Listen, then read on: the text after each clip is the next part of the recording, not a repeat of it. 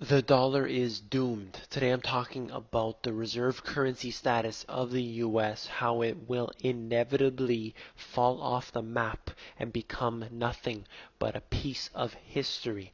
The question is, what currency is next? How will they approach this?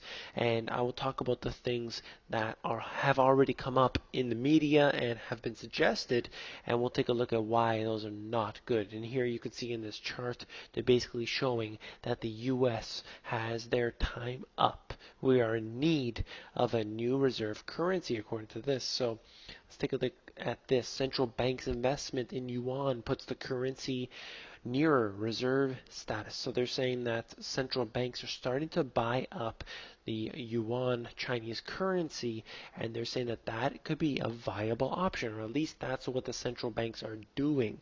And here they are saying that at least 40 central banks have invested in the yuan, and they're saying that that's making it more towards full convertibility because it is currently restricted. And they're saying that in time, as they buy more and more of it and keep it on the reserves, it could actually push the US dollar out and allow the Chinese currency to become supreme in this instance. However, I don't think this is really something that we should be worried about at all. Of course, this doesn't really make a difference to the individual. Which country has the reserve currency status, to me, doesn't matter. This is nothing but a fictional tale because the markets are all rigged no matter where you go. The price that it fluctuates at is all rigged. They sit down together and they decide how they're going to manipulate these prices. And of course, I just got into the high frequency trading in my previous video talking about how that's all a sham. Let me go on here. And they're suggesting here, China Daily, right here, is printing an article, and this is from the World Bank's former chief economist. He's saying, replace the dollar with a super currency. And that's their suggestion, to have a one world currency in order to fix the problems. He's saying the dominance of the greenback is the root cause of global financial and economic crisis. Now, he makes a great point here. However, I don't think that a one world currency is going to be the solution. How could it be? And so he's saying right here, the solution to this is to replace the national currency with the global currency. So I would suggest to everyone watching, if you think that this would work, take a look at the euro being a smaller portion of this. It doesn't work for them. Why would it work for the whole world? And they're saying it's going to be a basket of currencies, and therefore you would have this basket backing up that currency. And I don't think this will work. I really think that this is going to be sort of like the IMF's SDR, which is backed by 188 countries of the IMF. This can't work. You cannot have a global currency, and you cannot have what they're suggesting here, and this is U.S. fiscal failure warrants the Americanized world. And this is out of a Chinese newspaper here. And they're actually saying that they need a new world order should be put in place, according to which all nations have their key interests respected and protected. That's what they're saying, that the new world order will protect us. They want a global currency, they want a new world order. And of course, China wants to be at the front lines of this new world order. Now, I have to figure, this sounds very conspiratorial, see, but if it comes out of these individuals' mouths, like the World Bank former head there, and also the Bush Senior, if it comes out of their mouth, it's fine. But if it comes out of someone like myself, then it's nothing but a conspiracy theory fear monger. Anyway, I'll continue on quickly. They're saying that the authority of the UN should be the one to have the decision to say, we'll go to war. That's what they're saying right here. That no, you do not talk to your Congress, you do not talk to your parliament. We have to go to UN. And if you looked at Leon Panetta, what he said, and shockingly, right in front of the Senate, saying that they need to talk to the UN or NATO to get approval to use military action. That's criminal, and that is in fact treason. This is what I'm trying to say with this, and I use this as one example. GM taking tax dollars and moving to China. That's exactly what they did. They used bailout money to open up factories in China and Brazil.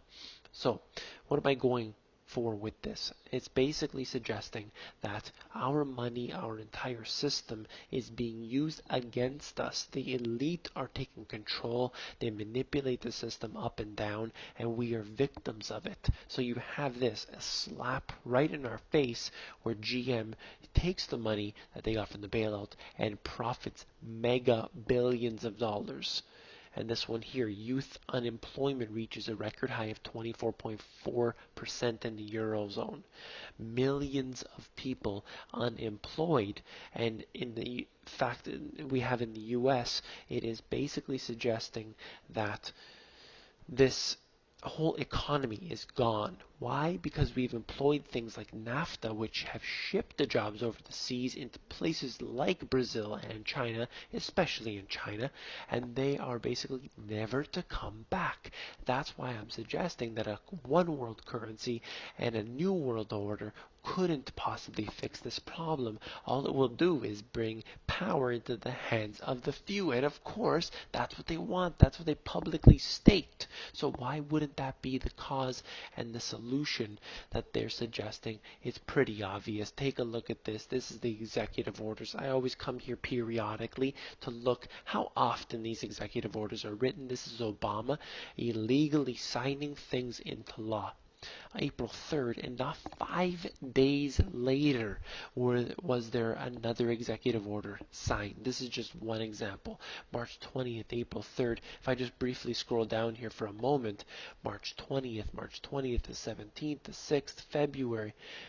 He is signing so many executive orders you can barely keep up, and every single one of these is illegal as far as I'm concerned, and they are null and void. They are not part of the law, yet he is signing them in every few days in this case, and they're becoming more and more. I've read that he has already signed in over 1,000 executive orders into law. This is absolutely terrible, and he's continuing on with this policy. So what they want with the reserve currency status ultimately doesn't matter, because it's all going to come down. It's going to crash, and this is one of those reasons when you allow individuals to have too much power, the elite structure, the multinational corporations to have this kind of power, they're going to crash it, and they're going to try to take advantage of that. The Rothschilds have done it, the Rockefellers have done it, and so many others throughout history. We have that as historical data, and here we are again facing that in front of our very eyes. We need to be prepared in advance. It's coming down. If you guys like this video, please give me a thumbs up. And of course, there are many people now joining the Money GPS Insiders. I hope you will be on there if you're not already. That is basically an extension of the work I do here on YouTube and in my book. The book, of course, being sort of my cornerstone of everything I've done here. I hope you'll enjoy that. And if you do enjoy that, give me an email. Please send me an email and get on the Insiders. That's the fastest way to get a hold of me. That is at themoneygps.com. Scroll down to the bottom, fill in your email address, and basically you'll get occasional emails from me, and I hope to see you there.